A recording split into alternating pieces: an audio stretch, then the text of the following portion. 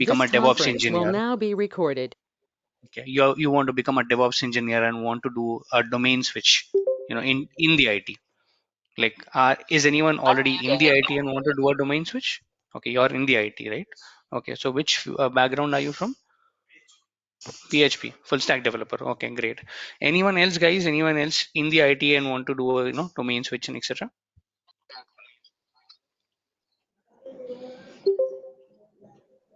Okay, okay, not a problem. So it's relatively let's say a mix of students or a mix of participants out here who relatively have, let's say, a very low understanding or no understanding about what really IT is. Okay, so this class is intended for the same, meaning we will have to start from the very scratch of what cloud really is, and we'll understand what DevOps is and etc. So if you're not familiar with an IT background, not a problem at all. Like, this is definitely for you all. Like, you don't have to have a predefined knowledge or you don't have to read anything before before coming to the class. I'll make sure that everyone is comfortable with the pace, everyone is understanding what we are delivering out here. Okay, with that, let's just start. Or before I go ahead and teach, I'll have to tell something about myself, right? Because who am I to teach you all, right? So this is Kiran here. So I overall have like about 9.5 experience in the IT industry right now, and I began my career as an Azure administrator. I've been as an Azure administrator for about 3 years, and after that I made a switch into something known as DevOps. So as being an Azure administrator, it gave me an edge to come into DevOps engineering, and since then I've been working with an organization as a DevOps engineer. And apart from that, I am Azure. I mean, I have a lot of Azure certifications like AZ104, which is an administrator. I'm an Azure certified DevOps engineer and a Microsoft certified trainer. So I have been teaching a lot of batches. I have been taking corporate trainings. I've been taking offline trainings, etc. So that puts me in a better position to understand, how to deliver a subject and what to deliver. And according to the market trends, I keep changing the pattern of the syllabus so that everyone, kinds of takes the best advantage of what the market expectation is out there. Okay, so that's in brief about me. So let's talk about Azure today. Like, that's what we are here for, isn't it? So we just talk about Azure today. But before actually going into Azure, right, let's talk about what cloud computing really is about. Okay, so does anyone out here, you did hear about cloud, right? So you did hear about cloud and you did hear about a lot of clouds available out there. So does anyone out here have an understanding or, kind of know what cloud really is? Anyone, like any bare basic definition, I'm good with that. Anyone, guys, online, offline? If you're online, you can unmute yourselves and uh, just tell about what your experience with cloud is. Or if you're offline, you can just right away talk about it. Yeah, so that's okay. I can say like okay, we can use the cloud since Mm-hmm. earlier era. Like we use Gmail services, okay, mail services. So it's Mm-hmm. it itself a cloud. Like okay, we just use their service. We are not Okay. bothering about their infrastructure and all. So Okay. it's a cloud. So the same Okay. way we can, yeah, Okay. we do not Anyone have to else, worry guys? Any about other thoughts? yeah. Mm-hmm. Mm-hmm. Okay. Mm-hmm. Okay. Okay. Okay. Okay. Okay. Great. Great thought on that. Anyone else, guys? Does anyone know about, or anyone else has a different thought about what's already said? Like Ravi here. Actually, cloud Mm-hmm. cloud computing is it's like replacement of on-premises databases, like Mm-hmm. on-premises servers. Okay. Mm-hmm. Okay. Yeah, Great. So yes, there are a couple of thoughts out here telling that okay, fine, it's a replacement to on-premises servers. It's a place where you can store, your data and etc. That, as you rightly said, and it's a place that you can really rent out. Okay. But if, let's say, I just do a Google search, okay, which we popularly do, right? You just say what cloud engineering or what cloud is really. The definition comes out to be something like this. Guys, I'm sorry, but if you're not speaking, can you please go on mute so that it won't disturb anyone else?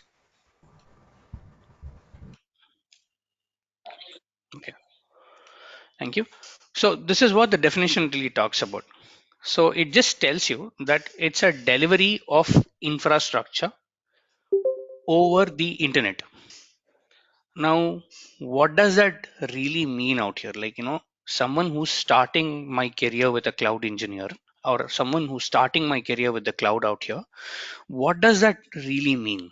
When I search this meaning, it says it's just like delivery of infrastructure and services, let's say, over the internet. So let's try to understand this by going in by taking a very simple example like this. Okay, so let's say someone of you from this particular class out here comes up with an idea to design an application.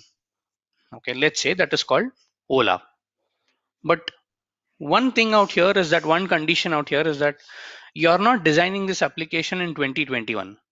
You're, let's say, designing the application in 1980.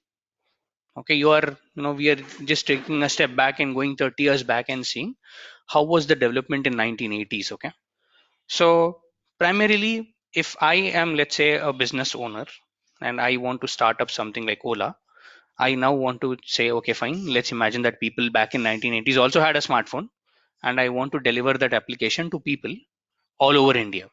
Okay, so this is my intended target, that okay, fine, people all over India just take their phones out, tap on an application called Ola, and then start booking the cab, and then start their journey with that. Okay, this is what I need. So what I'll do is that firstly I'll see, is there any developer available for me to develop my application? Right, this is the first thing what I'll understand, is that okay, fine, I need a developer to write something known as a code. So developers, what they do, they write code in different languages like .NET, PHP, Java, Python, Ruby. There are a lot of languages that are available out there. So I have a developer with me. I have a team of developers with me. They have written the code right now. Now, in order for my developers to take that code and turn it into an application and give it to people, I need some kind of a platform where I can put this code, right? I need some kind of a platform where I can place this code on, isn't it? This platform is what I call as a server. So I have a server where I can place my code. Now, in a very simple terminology, what a server is, very simple. A server is nothing but a piece of hardware which has something like RAM, hard drive, everything that what your computer has. Very simple. A server is nothing but it's just like a computer, but the capacity is magnified thousands of times than what your computer has to offer. Like your computer has, let's say, somewhere around, my computer has, let's say, somewhere around 8 GB of RAM. The server might have somewhere around thousands of GB of RAM. The computer has somewhere around like 1 TB of hard drive. The server will have something like thousands of terabytes of hard drive to save things out. So this is what a server really is. Now, then where do I buy this server? Now, I just cannot go ahead to a shop and just ask for a server, right? Because this is a huge configuration. And whenever you place the order, that's when the server is built. That's when the server is configured and delivered it to you. And back in those days, you did not have manufacture of servers in India. Even today, you have like, very minimal manufacture of servers in India. So what I had to do is like I had to approach a company like Dell or a company which used to manufacture servers. And all these companies were situated in the US only. So I had to basically place the order and I have to do a full payment in advance, telling that okay, fine, this is the server that I need, this is the capacity. Let's say I am taking a capacity of 1000 GB. I am taking, let's say, a RAM of 1000 GB, a hard drive of 1000 GB, and I'm saying okay, fine, this is what I need right now. Okay, fine. They have taken the money, they have taken the order, and what is the time to build this particular server? It takes about 60 to 90 days to build and deliver that server to you, because this is a very huge machinery, right? This is a very huge machinery what you're talking about.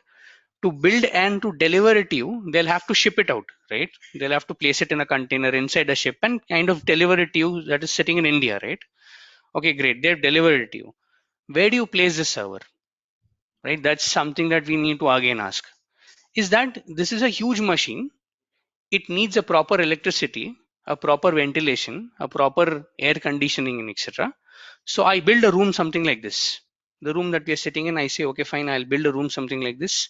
I'll have a proper electrification and a proper, let's say, air conditioning and etc. and place a room like this and place those servers inside this room. Okay, so I also need to consider the cost of building this room, isn't it? I also need to consider the cost of building this room. Now, all this cost that I'm paying for buying a server and building this room and etc. is called capital expenditure. Meaning, whatever business that you're starting, that's a capital for you, right? All this is a capital for you, isn't it? So I can buy this. I mean, I can kind of build a room and etc. All is good done. Now, in order to maintain this server, I also need someone like engineers, right, who can maintain this out. And I'm calling them as a maintenance engineers out here, right? These are maintenance engineers that I basically hired to go ahead and maintain the server that I have purchased. This is what I'm doing right now. So what I'm doing in this business model is that even before I deliver the application to my customers, I'm spending about somewhere millions of dollars rupees before even my business starts. Even before my business starts, I'm spending around millions of dollars of rupees anticipating that my business will be a hit. There are two conditions out here. Okay, fine, you started your business, great. Let's take two conditions out here. Users have accepted your application, they're enjoying your application, they're booking cabs and everything. Okay, let's imagine that you have placed the order for the server considering that there'll only be about 1,000 users per a minute which are visiting your application, but your application is now a hit. They're not 1,000 but they're 10,000. Okay, the first condition. Then will this server that you have purchased out here, will this support the amount of request? No, because you've only considered about 1,000 people that are visiting and ordered some capacity out here. So what do you do now? You ideally go back to the manufacturer and say, okay, fine, this server is not really sufficient and I need another server, something like this. Again, what is the time? 60 to 90 days, right? Again, you'll have to pay upfront everything. Great, you have like purchased again, it'll take another 60 to 90 days to install the server. And there's also a maintenance cost to it, right? So this is something, the model what I'm operating in. That is case A. Case B is, let's say, your application is not really accepted by people, meaning your business is not really taking off right now. Okay.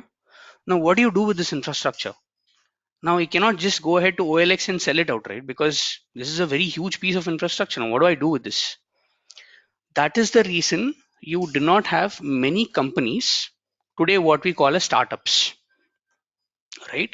Today, we are only able to see startup culture because this model has changed. The model in way that I'm operating, the model in way that I'm starting a business has changed. What's really happened out here is that I am no longer purchasing the servers. Rather, companies like Microsoft, Google, Amazon, IBM, whatever big giants that you can think, they are purchasing the servers. Okay, they are purchasing these servers, buying these servers, making sure that it has a room, placed with ventilation, air conditioning, everything, placing it there, and now they are calling that particular room as a data center. Okay, so these are now called as DCs or data centers out here, where you have, let's say, tons and tons of servers, meaning you have not one, but not two, but multiple servers placed inside it. Now, what they said is that, okay, fine, all a user or let's say all a business needs right now is just some space, right? Because they want to use the server to basically host their code and deliver it to, let's say, the people, to the users, right? That's what they need right now. So why can't I now take this infrastructure what I bought? So this is now called as the infrastructure, which is the server or the data center out here. Why don't I now take this infrastructure, use something like an internet and deliver it to, let's say, the business? So whatever I'm doing right now is that I'm very simply doing very simple thing. Today you have like gbps of internet. The internet speed is like grown that big, right? So you have 5G that is coming into picture. So these companies said, okay, fine, let's now take the best advantage of the internet that is available out there, take this infrastructure and rent it out. Now, very important terminology, I'm telling rent, I'm not telling buying. Okay, I'm not telling someone can buy these servers, someone can rent these servers. This is what is now called as a cloud. Is that this entire model right now changed into something like this, that all I need is just a laptop or just a machine that I just need, like the one that I have right now. Bare minimal configuration. You do not have to, let's say, have machines which are like very high configurations as such. Very bare minimal configurations and a good internet connection. That's it. All I need is a good internet connection, and this that you're seeing out here is the data center. This building that you're seeing out here is nothing but a data center which has all those servers what we are talking about. Now companies have started out to do this particular model or do this particular model of operation out here. Now, what are the biggest advantages of, let's say, or why, let's say, everyone is speaking about cloud today so much? Is very simple. I have immensely cut down on something known as capital expenditure. Now I do not have to have a room. I do not have to have maintenance engineers. I've cut down on all those costs, right? All I now need to start up a business has come down from 60 to 90 days to about 10 minutes. If you now say, okay, fine, I want to start up a business, if you have a code with you, going ahead and buying a website is a minutes of a game, right? Because you can just go ahead, buy a website, host your code, done, you're done. You're like, your business is already started. That's point A. Now, in the scenario A, I also said that, okay, fine, your application is now a hit. A lot of people are now started using, but you do not really account that particular number, right? You said there are only 1,000 people who are using per a second or per a minute. Now there are 10,000 people coming in. What do?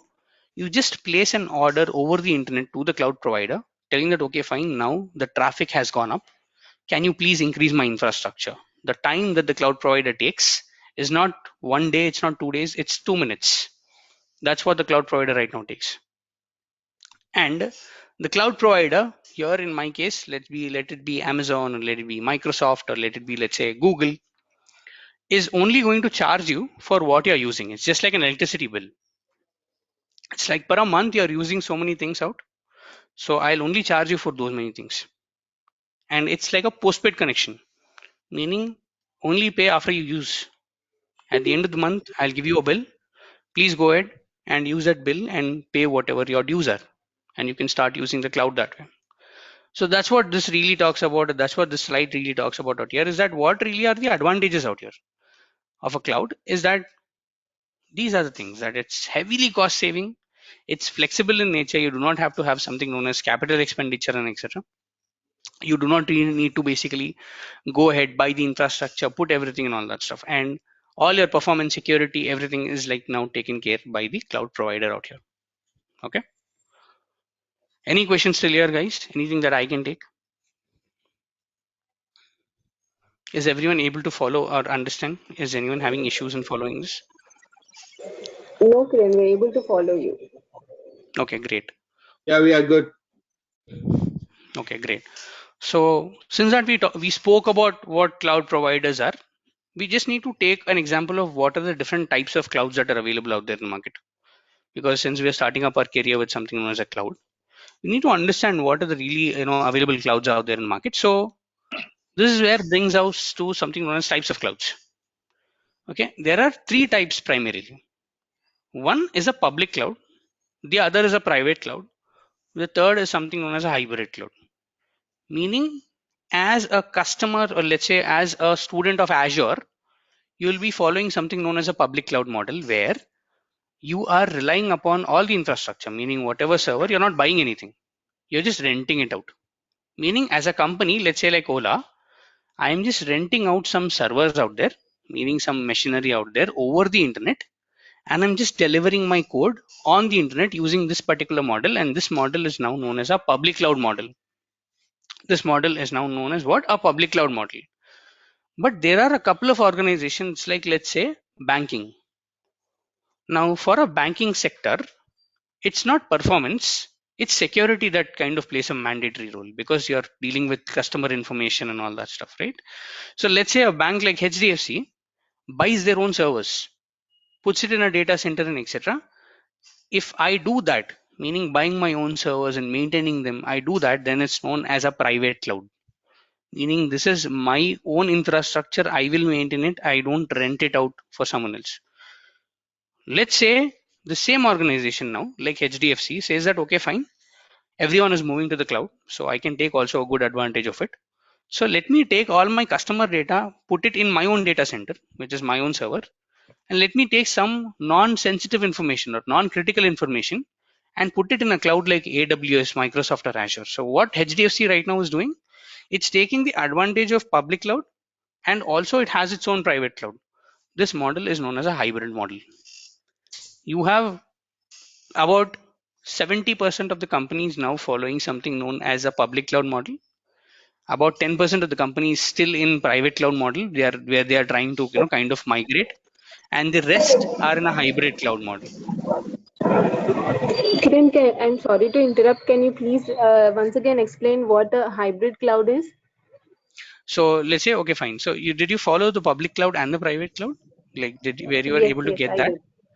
Okay, Yes, so hybrid cloud is nothing but a combination of both. Meaning, let's say like a banking organization, which is HDFC, tells that okay, mm-hmm. fine, a small amount of my data should sit in, or I'm okay to go ahead and put some small amount of data with a cloud provider like Microsoft Azure or Amazon Okay. AWS, which is nothing but a Mm-hmm. service delivered over the internet, and a good amount of data in my own data center. Meaning in my own office, if there is a server room, meaning that there's a data center, I'll put all that data, which is customer sensitive and etc. I'll put it in, let's say, my own servers, and I'll say now it is a hybrid cloud, meaning I'm taking the advantage of Azure. At the same time, I'm not compromising on my security. So it's a combination of public plus private. That's a hybrid cloud model out here. Got it. Thank you, Kiran. Okay, great. So we have right today we have a lot of clouds out there, meaning there are a lot of cloud providers out there, just like we have mobile providers like BSNL or Airtel or Vodafone, everyone, right? In the same way, we have a lot of cloud providers. Like the three big giants that you hear today are GCP, which is Google Cloud Platform by Google, AWS, which is Amazon Web Service by Amazon, and Azure by Microsoft. Like these are three giant players. I wouldn't say that these are the only cloud providers, but these are three giant cloud providers, and most of the people will actually kind of rely upon these three clouds out here. Then the question that you might have is that why do I choose Azure over AWS? Everyone would have done their own Google searches and kind of come to the class, isn't it? Telling that what is my incentive to go to a cloud like Azure versus AWS, isn't it? That's a very common question that everyone does have. Now, if I were to talk about Azure versus AWS as such, one thing that you'll have to understand is that AWS primarily operates on something known as a Linux based operating systems.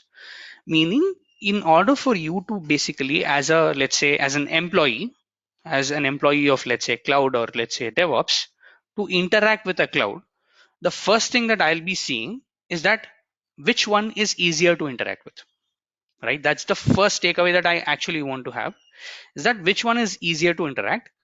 Now, AWS something comes with something known as a Linux background, meaning you do not have something known as GUI, graphical user interface, like you have on your phones where you can see and touch and feel, right? You cannot do that with something like AWS.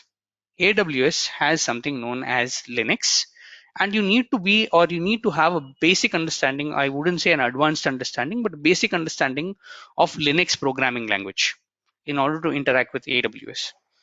Second, one of the biggest advantages of going for Azure is that 80% of the Fortune 500 companies today are either using or either switching to a cloud like Azure. The very latest example is the Geo deal with Azure. Now, whatever Geo connections that you're using, whatever Geo databases that you're using are hosted out of Azure. Are today are going and getting hosted out of Azure. And Microsoft Azure has a lot of customers across the world. One of the biggest customer that Microsoft Azure has is the US Defense Department. So US Defense Department, their Air Force, Navy, Naval, all those databases, right, are hosted out of Azure using a public and a private cloud model. So this is one of the biggest takeaway from Azure, is that it's easy to learn. Most of the companies are using it.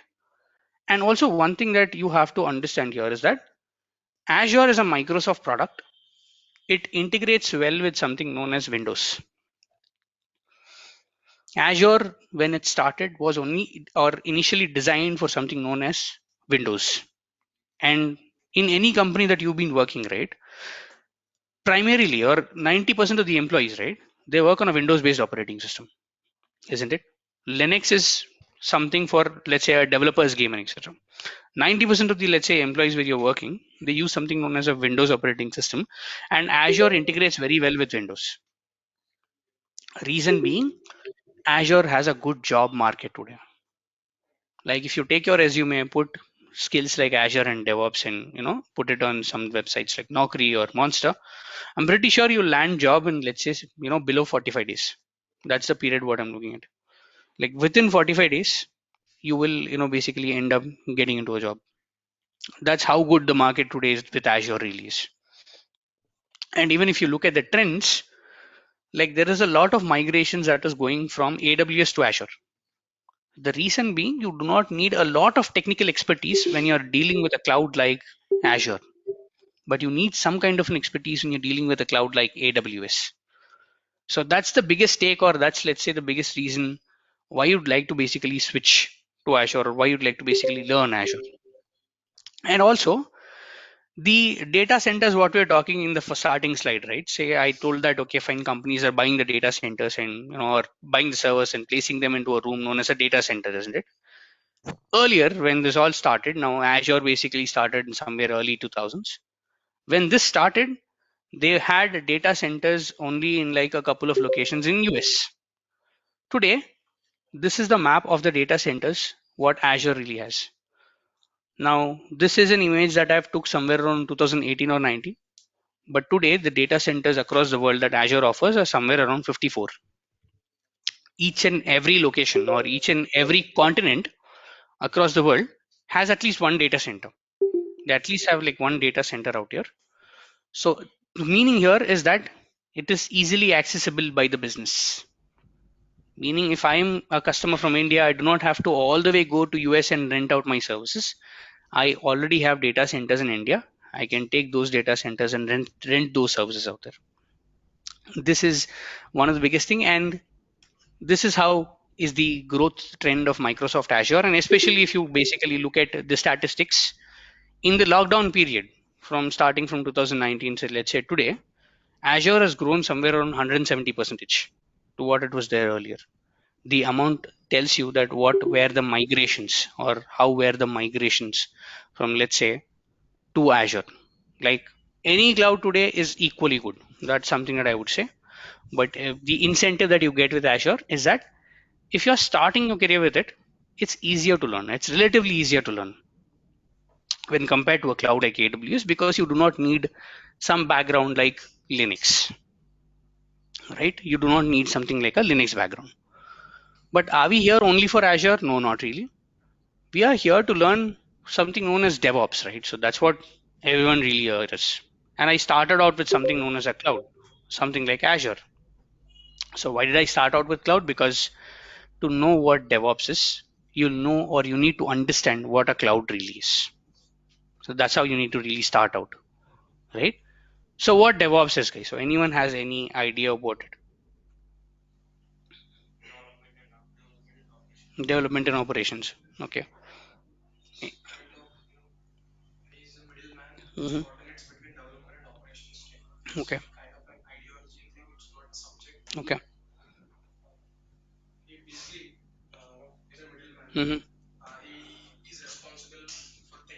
Okay. Hmm. Okay. Anyone else? Any thoughts on DevOps? Anyone, guys, online, offline? You all can feel free to unmute yourself and kind of speak out. DevOps is a combination of dev and operation teams. So Hmm. they will work for to resolve the issues in between development and operation teams to Hmm. deploy the complete process. Okay. Yeah, that's it. Okay, fair enough. So yes, it is, let's say, a combination of development and operations. That's why the term called DevOps is actually coming into picture, which is development plus operations out here. But what really is, let's again understand with an example.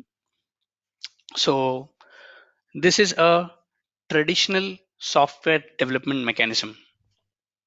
What I call is nothing but a traditional software development mechanism. Let's say you're a developer. Let's understand things from a developer's perspective, because that's where everything really starts, isn't it? That's where things start out here, because they write the code and they kind of operate the code and etc., right? And also, if it's getting hot in here, can you please switch on the fan if it's okay? Cool, thank you. Okay, sorry for that.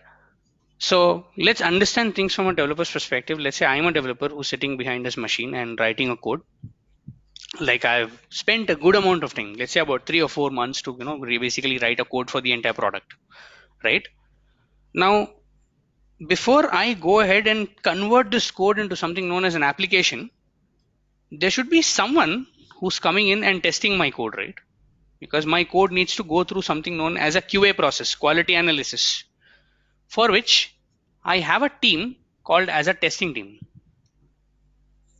I have a team called as a testing team. Now, what does the testing team do out here? Is very simple. They will try to identify what are the issues with the code that the developer has written. So this is what they try to do, right? So they'll take, let's say, another month. So developers already taken 3 months. Now the QA is taken another month, hypothetically, to test, to see what exactly the code is or how exactly the code is, and they'll give a report telling that, okay, fine, there are something known as issues with the code, or in a technical terminology, we call them as bugs with the code, right? And they'll push back, or they'll say, or they'll come back to the development team and say, okay, fine, you know what, there are some issues with your code, can you please rectify it? Okay, can you please go ahead and rectify the issues, meaning resolve something known as bugs out here. The developer will again come back, work on that code, say, okay, fine, this is good. Now again he'll give it to the QA team, right? Meaning there is nothing but a through and fro between the development and the QA team. Meaning the developer is writing the code, the QA is testing it, pushing it back to the developer, telling that there are issues with the code. The developer is again rectifying it and again pushing it back to the testing team and etc. This process somewhere, let's say, takes around 6 months. Okay, now the point is my code is good. The tester is certified that the code is good right now. Now I need to take the code to the next stage. Now what is the next stage? Taking the code and putting it onto the server that is sitting in some data center, right? Because I need to basically make sure that this code is now converted into an application and people can use it. Now this is where a team known as operations teams comes into picture, where operations tells that, okay, fine, you're done with the development, you're done with the testing, great. Now give us the code, let us take the code, and now basically go take this code and deploy it or put it on top of a server, and this server now can act as a hosting machine for your code. Meaning now I want to convert this code into an application, let's say something like Ola. But will they do it directly? Will they take it, deploy it directly? No, they won't do that. Even the operation team tests the code to see whether the code is usable by the user. Like, I basically will release my code only to a small set of users, take their feedback, understand how the code is working, and only then take my application to something known as the real environment. Meaning the Ola application, what we see is the real environment, what we talk about. Now, if the operation team finds out any issue out here, then what will they do? Ideally, they will again come back to the development team and say, okay, fine, we see that there are issues with the code. We are not really satisfied. Please work on this again. Okay. Now I have already said that the development and the QA testing procedure, right, that took somewhere around 6 months.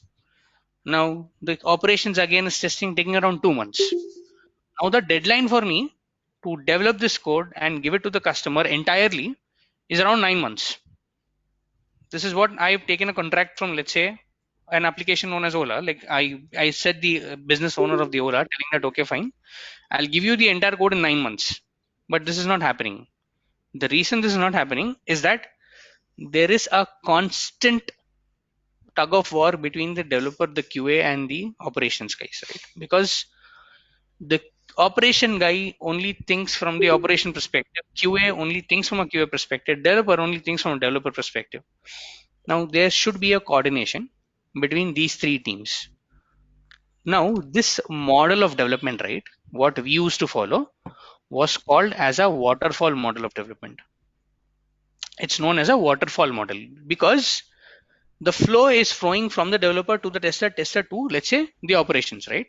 So it's nothing but a linear model of development or a waterfall model of development where I did not have enough scope to analyze what is happening, to see what is the issue, and to understand how can I rectify the issue in a short span of time.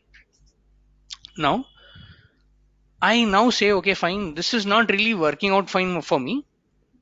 I need the development of the code or the life cycle for the development of the code to get shortened, right? Because I cannot take 9 months to deliver an application. I cannot do that. I want to make sure to reduce this period of time. So I need a team or I need someone to understand from a developer's perspective, but acts as an operation guy. That's where DevOps comes into picture. That's where DevOps as a practice comes into picture. Now we are not doing anything, or we are not reinventing anything out here. We are not basically going and telling the developer that, you know what, this is not how you should develop your code. Or we are not going ahead to the operations and telling that, okay, fine, this is not you have to supposed to operate. We're not doing that.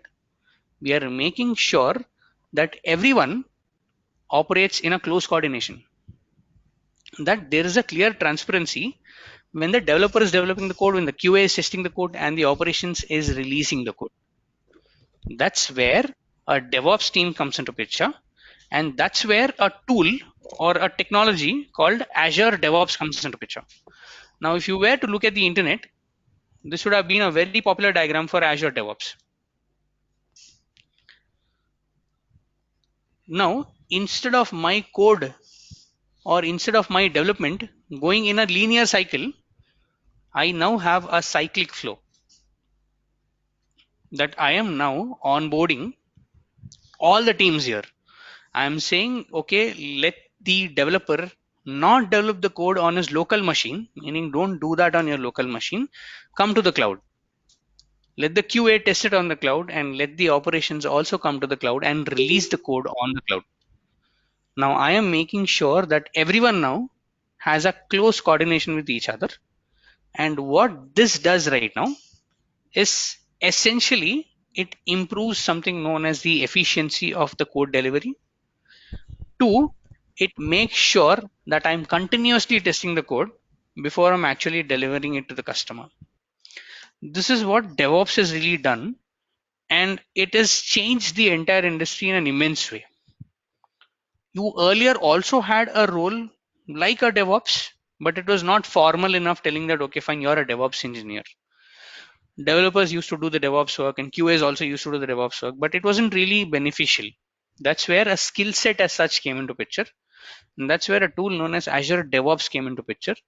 And Azure DevOps has really changed the way we look at things out. Because before Azure DevOps is, I think I'll tell you, it's a very relatively recent tool. I would tell you the origin of Azure DevOps was somewhere around 2012, which is a very, very recent tool out here. Before Azure DevOps came into picture, in order to achieve something known as a DevOps practice, you basically rely upon third-party tools, and famous third-party tools are like Jenkins, Octopus. All these tools were third-party integrations. What happened there is that you did not get something known as an SLA, service level agreement. Meaning, if let's say you run into an issue, how would you resolve it? You do a lot of Google search, understand why the issue is, and etc. But in a real business scenario, right, you cannot take so much of time. You cannot take so much of luxury out there. Reason being, Azure DevOps came into picture, and Azure DevOps said, okay, fine, or Microsoft said, okay, fine. If some issue comes into picture, I'll resolve it in less than 4 hours. That's the SLA what I offer based upon the license that you take. I'll resolve it less than 4 hours and I'll make sure that your entire code delivery is up to the mark. This is what Azure DevOps really said out here. And that's the reason you see a lot of people now using Azure DevOps. There is a good amount of shift, I would say, to Azure DevOps. And that's the reason the resumes are getting picked up very fast. Today, when you put a skill like Azure DevOps, as an employee who someone, or let's say who someone applying for a job, the growth rate is really good. The packages on the offer are very good. Let's say if you have, or if your resume has an experience somewhere around 3 to 4 years of Azure DevOps out here, the average package that is offered in the market today is not less than 10 lakh per annum. I'm telling the average is not less than 10 lakh per annum. So your career actually begins with somewhere around 10 lakh per annum if you're starting with something around 3 or 4 years of experience of IT or not. I mean, any experience, but if you have a skill called Azure DevOps in your picture or in, let's say, in your resume, this is what is the package on the offer. This is what, let's say, yes, this is what, let's say, is what Azure DevOps has really done. Guys, any questions still here? Anything that I can take?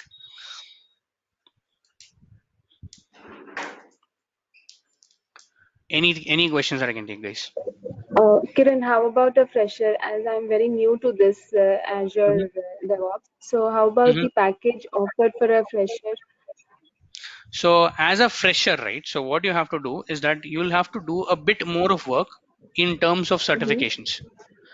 Like if you're a fresher and just starting your career with Azure DevOps, I would highly recommend you doing two certificates. One is AZ Mm-hmm. 104, the other is Okay. AZ 400. And as a fresher, someone who's starting your career with Azure DevOps, if you are entering into, let's say, at least a level 3 company, the package is Okay. around somewhere around 6 lakh per annum as a fresher. Okay. It's somewhere around 5.5 to 6 lakh per annum. That's what the bracket that I can tell you. Okay. Thank you. Hey, Any hey, more Kiran, questions? Yeah, please go ahead. the code automation, okay, it I'm is done sorry. by the DevOps engineer. I'm sorry, I lost you. Can you please repeat your question, please? The the code automation, okay, the Mm-hmm. developer develops the code. The testing Mm-hmm. is done by the testers. Yes, Whatever the code automation, when we do the deployment, it is done by right. the DevOps engineer. It is, yes, it is done by the DevOps engineer. So the deployment is taken care by now by the DevOps engineer, and the DevOps engineer will support something known as the operations team. He'll support both the developers and the operations team out here. Okay, what is Okay, the so role? that's it. Major role. What is the major role of the DevOps engineer? Okay, operation team will Mm-hmm. okay. For example, if they convert the code into a PowerShell script and they're Mm-hmm. gonna give a script to DevOps engineer. DevOps Okay. engineer use the script for the deployment. Mm-hmm. Correct? Mm-hmm. So what is the role of the DevOps engineer? What is So only deployment? the technology that you see here, right, which is known as Azure DevOps, Mm-hmm. this is primarily maintained, managed, and given by DevOps engineers. This is something that we understand. This is something that we take care of. One. So one, you take care of, let's say, the tool known as Azure DevOps. Now, whatever goes into the tool known as something like pipelines and etc. We'd have heard something known as a pipeline. So DevOps engineers are primarily responsible to build and maintain something known as pipelines. In the A Azure. in no, this is in DevOps. Now, I'm not talking about Okay. Azure, but you also have to maintain the infrastructure on Azure. Like Okay. whatever or wherever your code is going in, right? Mm-hmm. That infrastructure is maintained by you. So that's the reason there are many roles for a DevOps engineer, like a build and release engineer, like an infra engineer or infra maintenance engineer, or primarily called as an Azure DevOps engineer out here. Okay, Okay. so this is where we come into picture. This is where the practice known as DevOps comes into picture out here. Okay. Are you going to show us some examples, like when you going Hmm. forward? Like, Yes. for example, So if you're an Ansible, so how sorry. a DevOps engineer, if I'm having an Ansible tool, so Okay. how a DevOps engineer will integrate with Azure? So the thing is that you don't need Ansible here. That's the biggest advantage, or that's the point that I'm emphasizing on. You Mm-hmm. don't need tools like Chef, Puppet, Ansible, and everything, configuration manager, and everything. You don't need that. Mm-hmm. Everything now is replaced by something known as Azure DevOps, and the skill itself is known as an Azure DevOps engineer and not a DevOps engineer. Okay. If you were coming from a background like AWS, then I would have definitely suggested that okay, fine, there are tools like Vagrant, Chef, Puppet, and etc. Please Mm-hmm. know about it and please know what how they work and etc. You don't have to do it with Azure DevOps. This is one tool which integrated everything. That's the reason I said it changed the way the market is like right now behaving. Okay. Meaning the skill set that you are kind of working on has now focused or is now focused on something known as Azure DevOps only. And when compared to tools like Ansible that you highlighted, or Chef, something like that, Azure DevOps is relatively easy to learn. Okay. Like as a fresher, I don't need to learn, or as someone who's starting with this my career with this particular tool, I don't have to learn all those technologies out there. And whatever examples that we are giving out here is going to be completely real time. No, I Because have a scenario. That's the reason I was asking, because I'm sorry, I didn't get you. I'm sorry. I have a scenario where I run an Ansible script which integrates with Azure and builds my Mhm. images. So that's the reason I was Correct. asking how this is correlated. Exactly. See, that's the reason the course content is not going into the open source of it. The course content is rather relatively working with Azure, inside Azure, and tools native to Azure, like Ansible. Whatever, let's say you are telling that you have an email functionality that you can achieve with Ansible. The same thing I can use Azure DevOps to achieve the same thing. So I don't really have to look at that particular tool out here. So that's the reason I will not be covering Ansible and etc. This is Okay. something that will not be covered in this particular curriculum. Okay. Okay. Okay. Okay. Any more questions here, guys? No, I'm good. Yeah, which Yeah, tool please go ahead. actually they are using in that? So in AWS, we are using Ansible Chef as one of Yeah. our, he Mhm. said.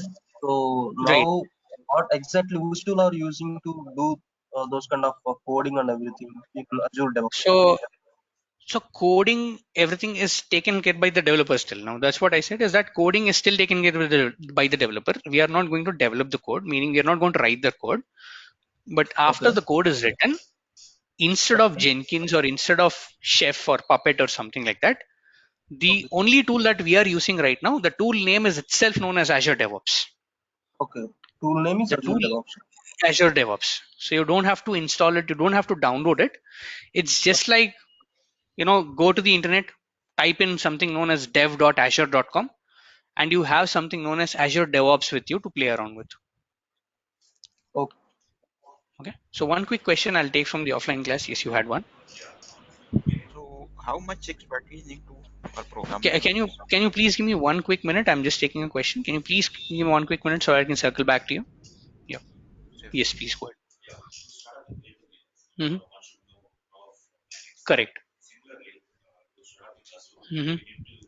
Any programming language is your question? Hmm. So you don't really have to come from a Windows background, because the course is designed in such a way that the first 20-25 days you won't be touching DevOps at all. You will be touching something known as administration of Azure, because that's how the course is. Or let's say if you look at the certification, something known as AZ400, which is something expected out of a DevOps engineer, they would say that you either have to come from a development background or an administrative background. So we will be covering administration, and then we will be looking at something known as DevOps. So you don't have to come from a Windows administration background to begin with. Okay. You don't have to come from a Windows administration background to begin with. But yeah, like Linux administrators in Azure DevOps. See, if you have an understanding of Linux, like any programming language, if you have an understanding, that's an added advantage. Like you can use the same skill set over here, but in a bit different way out here.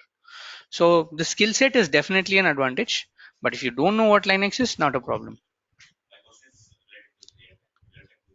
No, in real time, let's say I'm a real time employee. Like I hardly have written Linux scripts in the entire 9 years of my career. So I am not really coming from a Linux administration background. I was coming from a Windows administration background. So I had zero knowledge with Linux. So I don't use Linux in my daily workload. So Linux is something that we don't touch at all. Like a very, I would say 5 or 10% of the syllabus is kind of based on Linux. When we especially see something known as Dockers and etc., that's where we see something known as Linux. But a very basic understanding of Linux is what I'm kind of expecting out of you, and that's also something which we cover in the sessions. Okay. I think someone had a question. I'm sorry I cut you. Can you please go ahead? Yeah, You said, yeah, yeah. yeah. Correct. Actually, my background is not from the programming language. I am administrator of Office 365. I'm sorry, I'm not able to hear you. Can you please be a bit louder? Actually, my background from administrator, right? Okay. Okay. So I'm not expertise in the programming. Okay.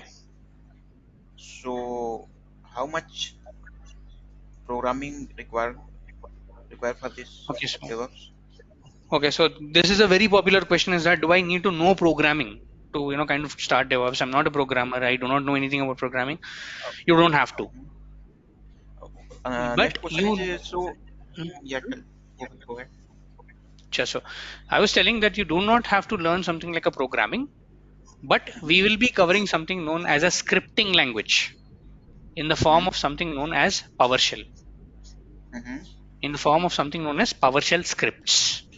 Because as a DevOps engineer, the primary role that is expected out of you is to automate things, is to Mm-hmm. make sure do you automate things out. That's where you will have something known as PowerShell coming into picture.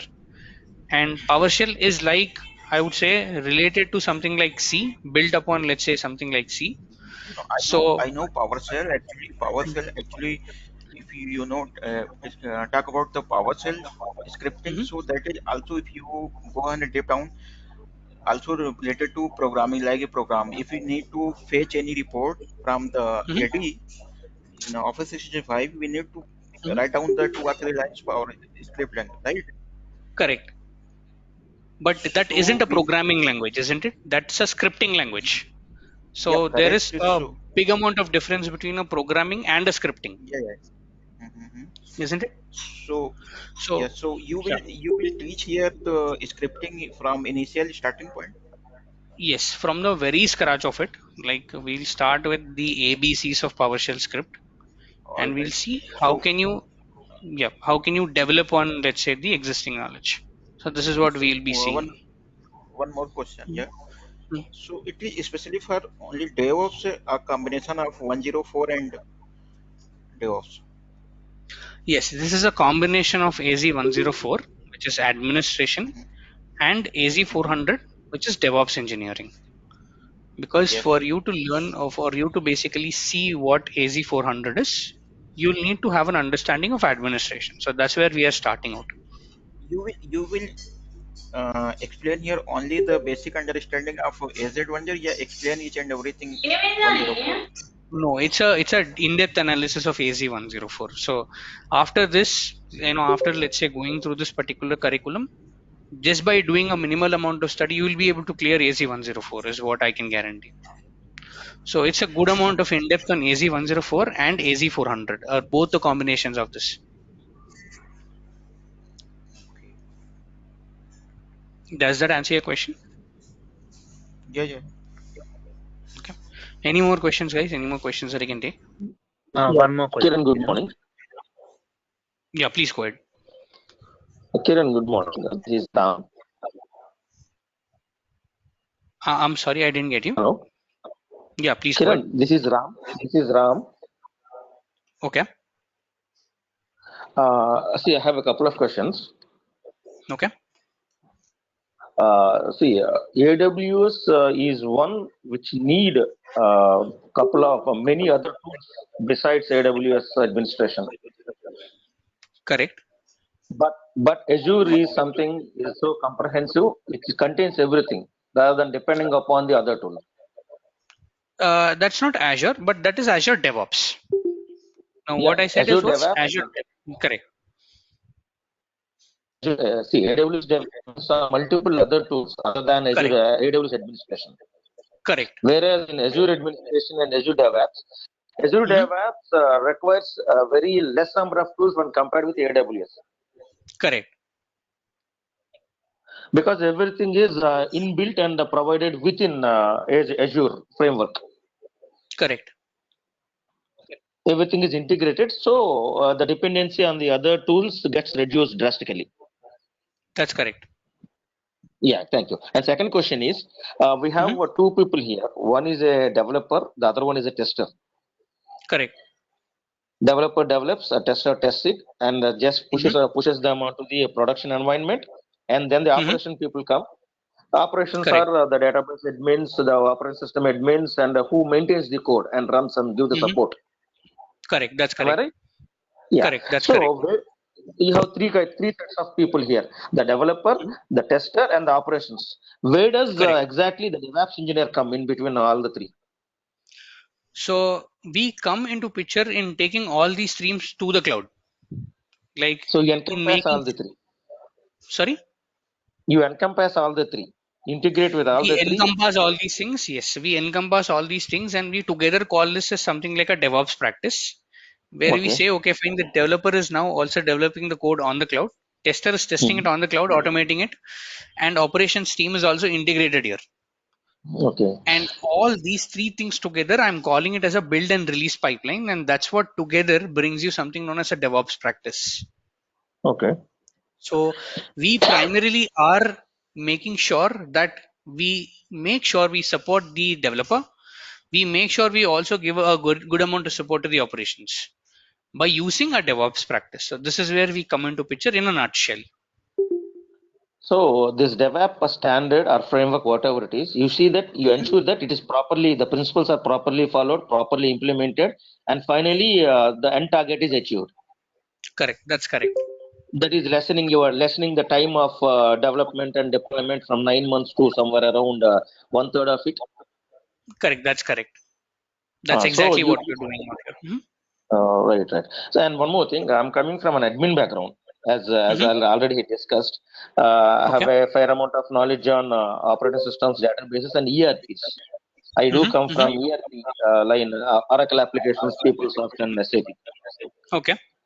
So now, for the past 3 4 years, I was out of IT industry, and I'm staging a comeback again. Okay. So somewhere around, I'll claim past 5 years, I'll try to portray my experience and get into. Mhm. Would Azure give a launchpad for me to get into a job? I mean, face the challenge and get good number of opportunities, grow in the in the career. All these things, will that be possible by Azure? All these things will not be possible by what? Sorry. Only Azure. Yeah. No. See, first thing I need to get into the industry once again. I need to Right. sail through smoothly, get good number of Mhm. opportunities, and have a good career growth. Right. Will these three things be possible by choosing Azure and mapping it? Like, are you talking about Azure Administrator only, but or are you also talking about Azure DevOps? Like, are you Both, talking about both, both, just whatever you want. both? Yes. Both. So yes, Hmm. there would be an easy sail through. So when you're saying that you want to portray somewhere around 5 years of experience, if I were Yes, you, I would say portray 2 years of experience with Azure DevOps. That's it. Don't do more than two. yes, The yeah. rest As three past three, is I'll put on that three. ERP or let's say administration background, whichever background that you did work on, just put that three out there. Yes.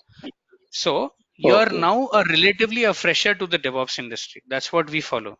That's how we kind of follow out here. Yes. Let's say if you're Hmm. coming from a different background into a DevOps, you're relatively considered as a fresher, but your entire IT experience will be considered like about 5 years. Okay. That will be an easy Okay. sail through. Yes. Okay. And once getting with 2 years of experience in Azure, Mhm. what is the bracket? Pay bracket can expect. So as I said, somewhere around 5 years, it's not less than 10 lakh per annum. So 10 lakh is where it Okay. starts. It also Okay. depends upon what is the previous package. Let's say it is Okay. 6 lakh per annum is your previous package. Today in the Hmm. market, I see a growth capacity for DevOps, especially for this particular role. People are offering or companies are offering somewhere around 80 to 90% of hike on, let's say, your previous package. So that's how Okay. the growth capacity is really today out here. Okay. Right. So programming part, you don't need to worry.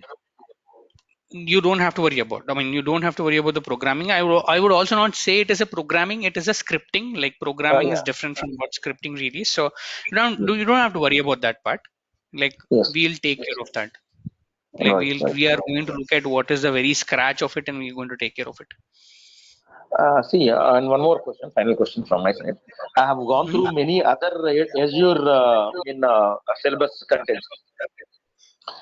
Comparing to those, you have portrayed very less number of tools. but that sound realistic to me. Whereas other syllabuses, whatever I have gone through, they had almost around 10 tools, 10 tools. Right. But whereas So your syllabus content had just 3 to 4. that's correct. So if I portray 10 tools out here and if I say that I'll cover it in 2 months, I wouldn't be doing justice to each and everything. Yes. Because the job role, right, it doesn't require really 10 tools out here to kind of handle. If you're an AWS engineer, I would have said yes, you need 10 tools out here to handle those. That's the Okay. reason it's relatively a bit difficult to kind of get into AWS DevOps. But here, right, when you're actually looking at Azure, you just need tools that are inside Azure, like you're native to Azure right now. So that's the reason I'm not really portraying things out. Right. That's the Whatever you have reason I'm. portrayed is enough. Whatever you have portrayed is enough. That's more than enough. And one more thing, see, I come from an age background into mid 40s. I'm Right. sorry, you come from. See, I'm from an age background of 40s, mid 40s. I fall into mid 40s. Okay.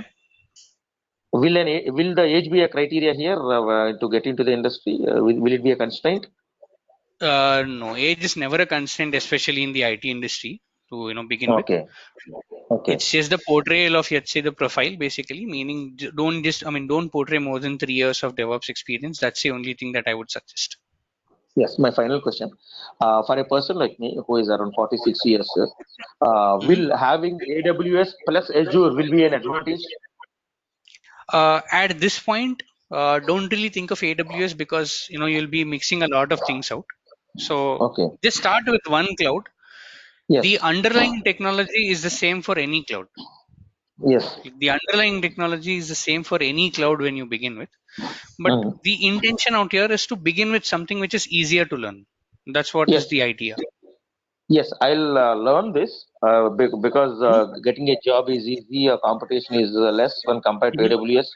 And to get into the industry, it will be a cakewalk if you put in the enough amount of hard work. So I'll choose Azure and get into. But once I'm into the industry, maybe within a year's time, will it be an advantage to have other clouds also under your sleeve? It's definitely an added advantage. I would say that it's definitely an added advantage to have other clouds. But yes, you can take that apart from, let's say, after Azure, you can go into another cloud like GCP or AWS according to the interest. After having a year experience, if you have a Linux-based cloud and also a Windows-based cloud, maybe that will fancy your chances of getting a brighter job in the future course. That's right. I mean, but at this point, we are not really targeting AWS as such. At this point, we are just targeting. No, this is completely pertaining to me. I'm asking. I'm not in asking in general.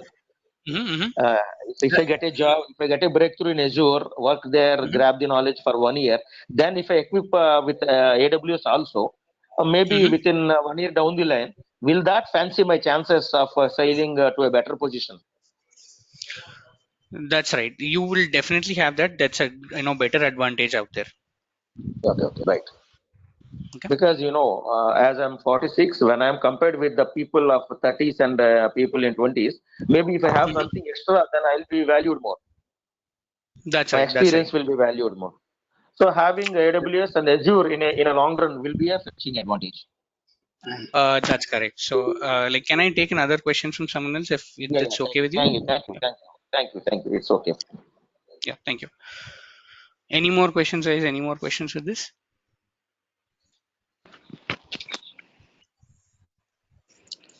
But so the thing is that what are we going to cover in this class, or what is the length, or what is the duration, right? That's something that everyone would ask, right? So let's see what are we really going to cover out here. This is what we are going to start out with. Now, this is going to be the entire course curriculum on what we are covering out here. Is that firstly we will have to begin with the very basic of cloud to understand what really cloud is, and then look at how to interact with cloud using something like a script like PowerShell, and a couple of tools like ARM templates and Azure DevOps to begin with. On, let's say, the Azure side of things. So it's going to be Microsoft Azure, which is the primary tool which is the primary technology what we are going to look at. Then we are going to basically go ahead and look at what PowerShell is, and we are also going to deal with something like called an ARM template. This is something that is there in the market today, and we are going to look at Azure DevOps. In the same time, we are also going to cover a few open source technologies. And the most asked open source technology today is something known as Terraform and something called as Docker and Kubernetes. This is also something that we are going to go ahead and cover things out on. Okay. And the length of the syllabus, or let's say the amount of days that I would require to cover this, would be around 55 to 60 classes. I'm not telling days, it is 55 to 60 classes out here. The classes are going to be from Monday to Friday, and they are going to be from 7 a.m. to 8 a.m. in the morning, and they'll be 1 hour of length. Each and every class is 1 hour, and so it will take about 60 hours for me to complete all these things out.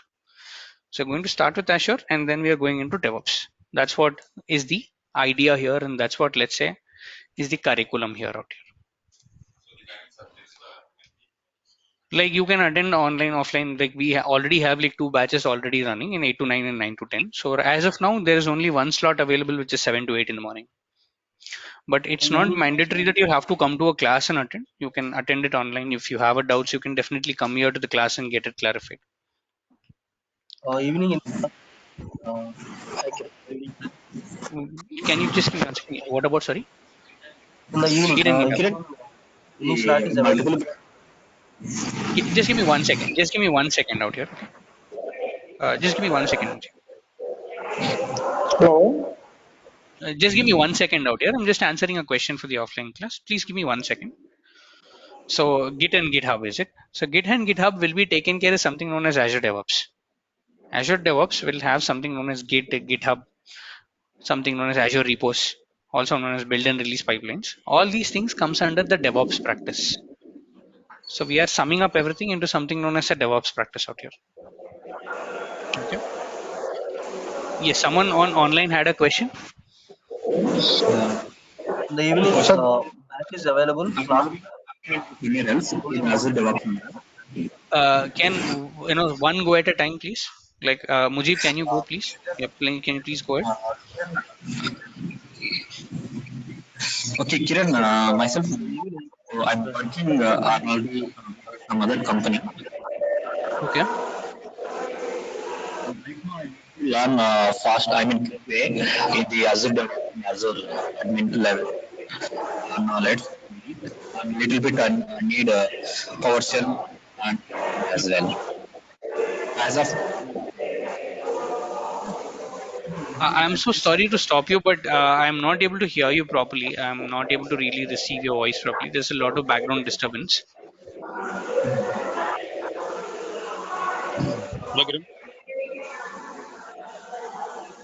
Hello. Yeah, hello. Yeah, okay. If you don't mind, then can you please complete the session and then the question answer session are there? This session is actually complete. Like we are in a Q&A right now. So the session, the demo what I wanted to deliver is actually complete, and we are in a Q&A right now. So you can ask your questions now.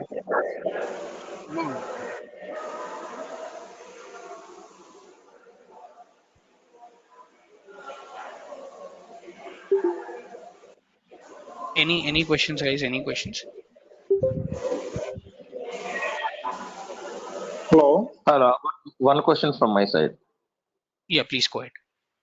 So, with the contents you are going to cover, will that be useful? Will that be enough for us to go take the issues as tickets and solve with the claiming with the as we have claiming 2 years of experience in getting in?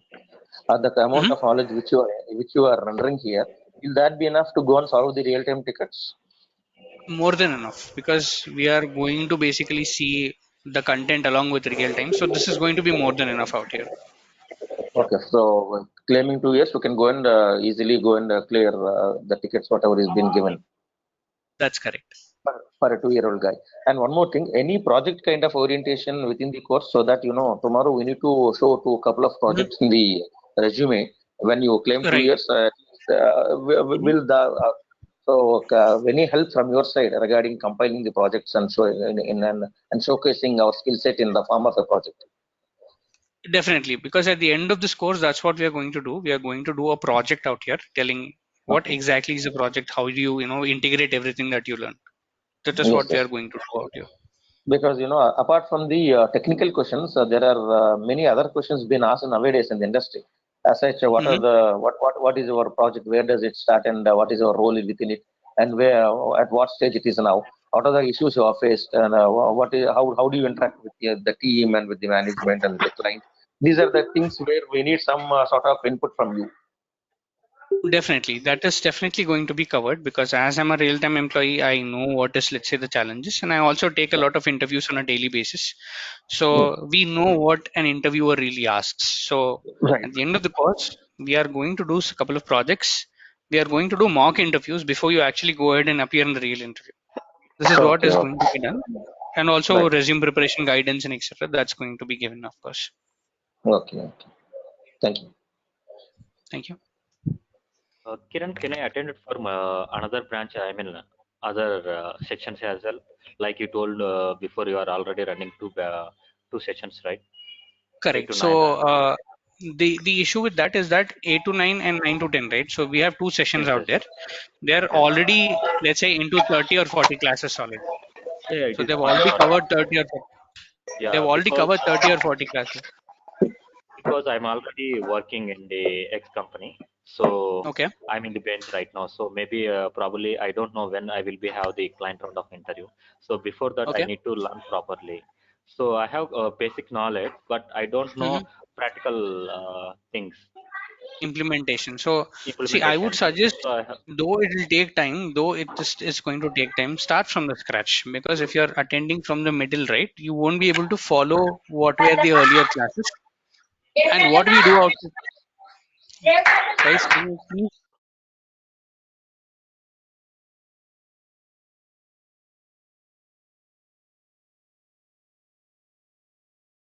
suggest I would suggest basically going from the scratch out here.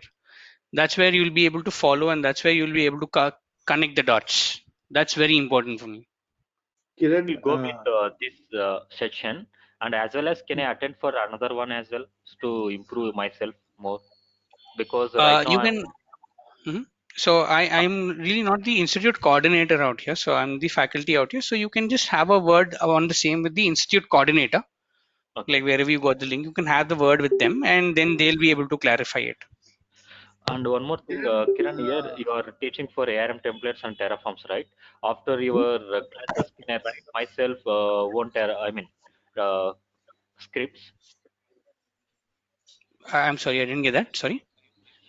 Uh, can I write for ARM templates after complete of your classes, ARM or Yes. Terraform? Yes. You will be in a position to write the ARM on Terraform after the classes. Okay, okay, fine. uh, Thank you. Kiran, are you only going to focus on Azure DevOps? Yes, so we are only going to focus on Azure DevOps and Azure. This is the main focus area that we have. Okay. So if I need something not about Azure DevOps, if I need anything on WVD, Windows Virtual Desktop, the Hmm. concept of building up a Windows Virtual Desktop. Right. So whom I need to contact? See, I'll be able to give you some documentations to read from, but I won't be able to cover it in the class. Let's say something concepts like Windows Virtual Desktop or AWS or something that open source side or something like that. That's something which we will not be able to take it in this particular curriculum. But Mm-hmm. I'll be able to give you some documentations, guide you to some documentations to see how you can read and how you can catch up with that. Okay. Okay. Okay. One more question, Kiran. Hmm. Please go ahead. What are the third-party tools which we are going to cover as Dockers, part of this course? Kubernetes, and Terraform. Dockers, Kubernetes, and Terraform are the three third-party tools what we are looking at when we are Okay. covering this particular syllabus out here. Okay. As far as my understanding goes, correct me if I'm wrong. What I know about Azure DevOps is it is a combination of source code management tool and tool which is capable of doing CI, continuous integration and continuous deployment. Hmm. That's Uh, correct. That's absolutely right. So it's a combination of source code management, CI, CD, testing, and etc. So it's a combination of all these tools together, and that's the reason it's known as a DevOps practice out there. and how is it a substitute for something like uh, Chef and Puppet, Chef, Puppet, and Ansible? The Because you configuration don't have to management do a tools. so you don't have to do a configuration management using Chef and Puppet. You'll be configuring or you'll be maintaining the configuration using something like ARM or Terraform, and you'll be Okay, making sure to have the entire configuration maintained in the Azure DevOps pipelines. So okay, that's the reason we do not really need tools like Vagrant, Chef, Puppet, and etc. okay. How deep into Terraform will we go with this course? I would say between intermediate to advanced is what I would say. Okay, Not a basic, definitely. Intermediate to advanced level is what we will do with Terraform and also ARM and also PowerShell okay. programming. I mean the automation and etc. Yeah. I I am a DevOps engineer in a small startup near in Hmm. Hyderabad itself, but Okay. the thing is that I want to upgrade my skill set. Hmm. I am into these third party tools like GitHub, Git, Jenkins, and Hmm. all. But Okay. we are trying to migrate into the Azure DevOps. Okay. So what we use is the serverless framework to Okay. manage the uh, configurations, and Okay. also how easy it would be for me to switch to Terraform, because I do have a good amount of knowledge using the Node.js Hmm. serverless framework to manage the See, if AWS you have an infrastructure. understanding already about, let's say, a DevOps practice, it would be relatively easy for you to kind of go into Terraform and etc. You just need to understand the basic syntax of it, and that's what we'll be starting with, and we'll be basically going into somewhere like an advanced level out here. Okay. So the thing what I would like to notice you, Kiran, Hmm. uh, it's been like I can say I got around like have been working in United States. Okay, I'm in US. Okay. Okay. It's been like long term. I have been in US. I am from a different background. Okay, Okay. like application packaging, then SCCM, then Intune. Then I slowly using now Azure. Okay, that is one Okay. Windows Virtual Desktop. The Okay. main focus of my understanding is to focus on the ARM templates. Okay, Hmm. Hmm. how the templates works and how the download of the golden image does, and we Okay. have a like Ansible jobs running in and around. I'm Like sorry, I didn't get you. I we lost you. have a Sorry. lot of Ansible jobs running. Okay. Okay. So we want to get up and pull request and the code Hmm. approve, and Okay. then this I mean like I would like to understand the what is the background, because it's like a mirror. Okay, Hmm. there is an Azure team who does all the work. We just do a mirror kind of thing because I'm into operations. Okay.